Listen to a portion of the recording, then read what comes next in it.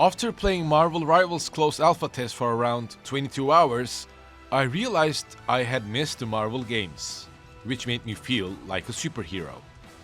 From the onset, Marvel Rivals strikes you as an Overwatch clone. It's a 6 vs 6 hero shooter with a tank, DPS and healer superheroes and supervillains, where you find yourself pushing convoys and capturing points for the time being. However, Marvel Rivals differentiates itself with a third-person perspective, a rich roster of Marvel heroes and supervillains, and a vibrant roster, even for a closed alpha test. I am Arcadenaut here, and today I will talk about my impressions of Marvel Rivals after playing each character, doing competitive matches, and reaching the gold rank. Don't forget to follow me on Twitter and join my Discord channel if you like my content, and of course, any humble support through Patreon and YouTube join are really appreciated. So let's talk about what kind of a hero shooter Marvel Rivals is. Marvel Rivals is a third-person 6 vs 6 hero shooter developed by NetEase Games and Marvel Games, blending the Marvel universe with dynamic, fast-paced gameplay style that is reminiscent of Overwatch. Its visual style is again quite faithful to Marvel Comics due to its cel-shade and comic-like design choice. Its world build is centered around the current Marvel comic storyline, converging multiverses, so the timelines are the current setup for many of the characters. Currently, Marvel Rivals has 19 different playable characters. There are 5 tanks, 4 healers and 10 DPS at the moment. And with that, 3 main game modes: Convoy, Domination and Convergence, taking place in Yixguard and Tokyo 2099 respectively. As a standard for the genre, Marvel Rivals is currently focusing on payload escort and point capture, and you find yourself either capturing the payload first and then escorting it in the Convergence mode, or just trying to push or prevent the payload from being pushed in the Convoy mode. Having third-person control is an excellent addition to the hero shooter genre. Maybe it's a nostalgia of mine, but I like to play as these Marvel characters and see how they move during the battle. Most of them have regular attacks on the left button, their spatials on the right, utilities on shift, another spatial on E, and the ultimate move on the Q. That's how most of the characters work during a match. And of course, the characters' capabilities also become pretty efficient or lacking according to the map and the game mode you play or the team you have. Notable characters like Groot are more suited for defense matches. In contrast, Spider-Man and Black Panther can sneak behind the defending team, take them out individually and then get away quickly. Doctor Strange can become quite efficient in attack convoy mode. Meanwhile, Peni Parker can deploy her spatial drones all around in domination maps to easily capture and lure the enemies for extra damage. Although some of the characters feel like having familiar aspects to some of the Overwatch characters, they actually have different gameplay style and, interestingly, a sense of freedom. And you can feel the sense of freedom, especially with Iron Man, as his flight ability, while a bit sluggish, feels true to the character. Moreover, Spider-Man can crawl on the walls and the ceiling, web-sling quickly to get in the fight or for a quick escape, while Doctor Strange opens up portals for his teammates, which stutters the game instantly. I'm sure you will find a character that would suit your gameplay style, or you can even find yourself interested in a character that you have never been interested in before and start reading its comics. This mainly happened to me with Luna Snow. I loved her design, her healing capabilities, and ice-based attacks. This is primarily due to Marvel Rivals' one of its strengths, its diverse and exciting roster faithful to the Marvel Universe. And from here, let's discuss each game mode and which characters I felt the most efficient with.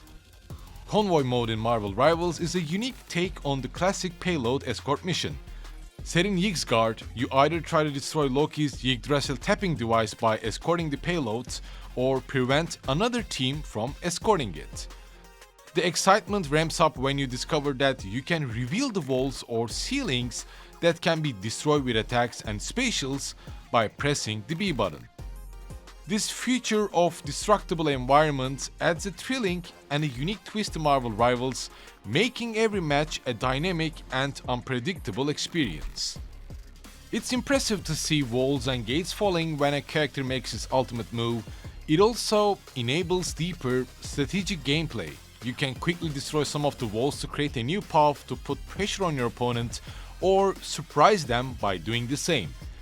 And I guess that's one of the reasons why I find Groot quite compelling on defense. He can create up to 4 different branch walls, trap his opponents, or interrupt their attack with his own walls. On the other hand, Hulk can quickly destroy Groot's walls or a destructible one, creating new ways to capture payload in Convergence mode. For this Convoy mode, I believe flying characters like Storm, Iron Man and Star-Lord are quite efficient, or exact characters like Hela and Punisher could also create pressure on defense and attack. Storm stands out as a versatile DPS character in Marvel Rivals. She can either grant movement speed to her teammates with her Gale, or change to Thunder for additional damage boost.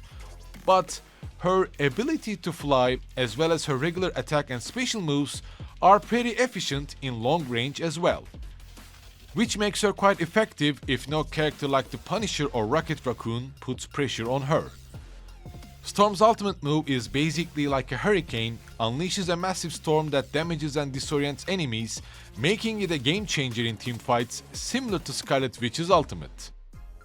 Iron Man on the other hand feels quite faithful. He can fly wherever he wishes to, his regular attacks also do splash damage around. Iron Man just offers what an Iron Man fan would want from an Iron Man game. Soar high in the sky, shoot your enemies from the air with splash damage, and then send your ultimate move where the enemy gathers. And if I were to speak for Star-Lord, well, he's quite similar to Tracer of Overwatch. His damage and playstyle are pretty identical to Tracer, but in addition to that, he can also fly around for a couple of seconds with his shift ability, do AoE damage with his E move, do a quick dodge with his right click to reload his weapons, while his ultimate move turns him into a Flying Soldier 76. Star-Lord locks on his targets, raining bullets from the sky. If I were to speak for Hela, well, she is definitely one of the strongest DPS characters. She is also one of the strongest candidates to have MVP after a match. Her regular attacks are precise and deadly.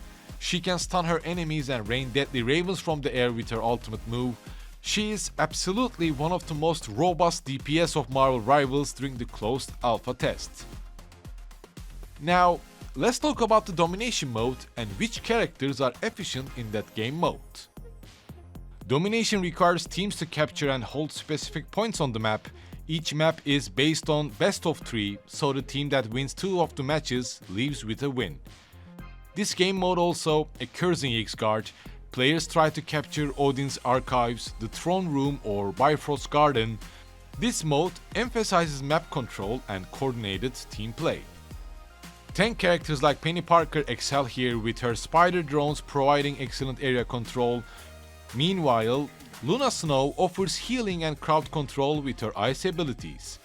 To be honest, Peni Parker is the only tank character I'm still struggling with. She lacks the orthodox tanking skills. Still, her speciality lies in her crowd control moves with her cybernet and spider drones. For that, whenever I struggle at tanking, I switch back to Hulk, who is basically like Diva of Marvel Rivals.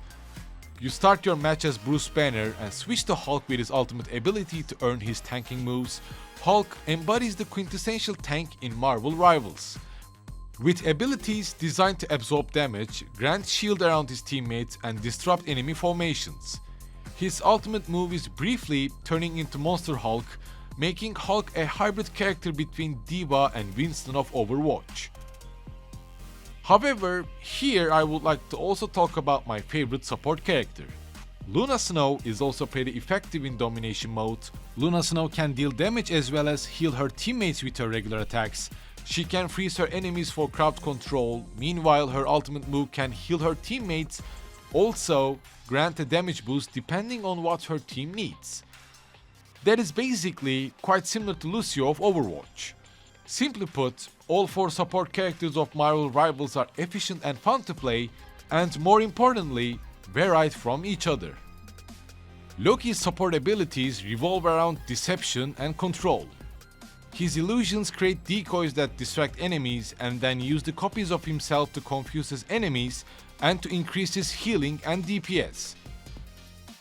Mantis is a fundamental support character, healing and temporarily increasing her teammates' damage output.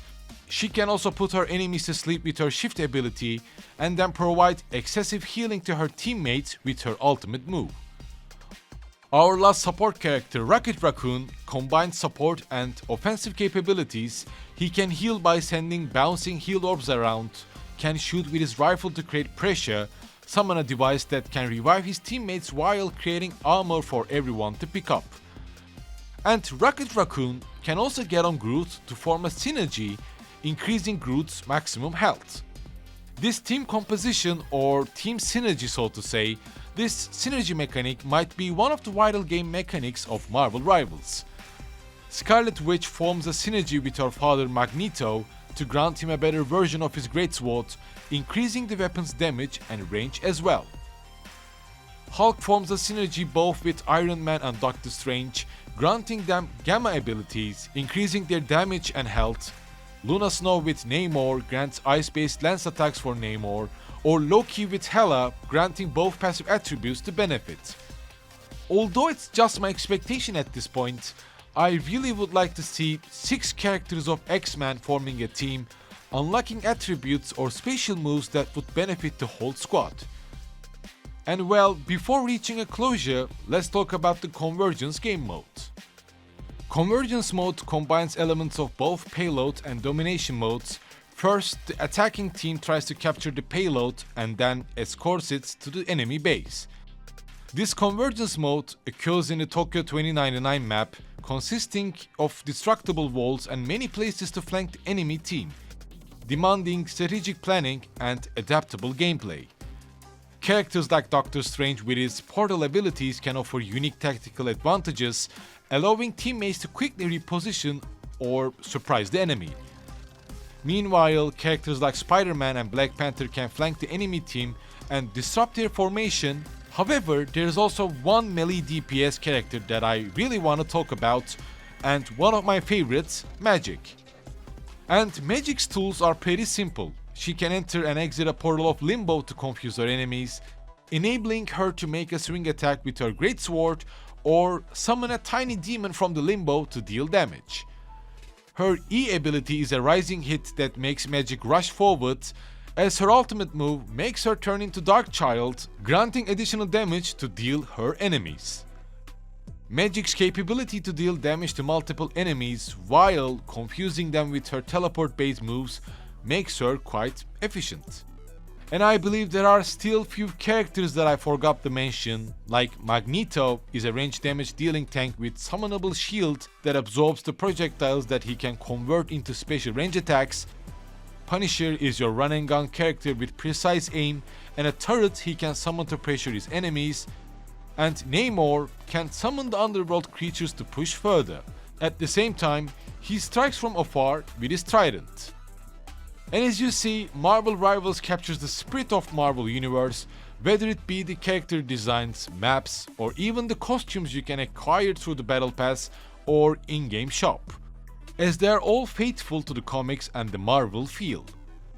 Oddly enough, although Marvel Rivals is in its closed alpha stage, it doesn't feel like it. The closed alpha test is exclusive to North America, and here I am playing with my friends from Europe, from Japan. The connection is stable primarily without big lag spikes that would ruin the experience.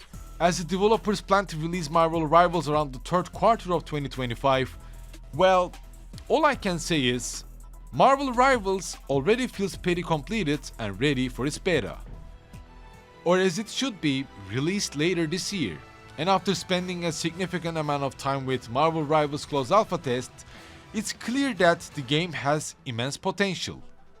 Marvel Rivals successfully combines the dynamic, fast-paced gameplay of a hero shooter with the beloved characters and lore of Marvel Universe.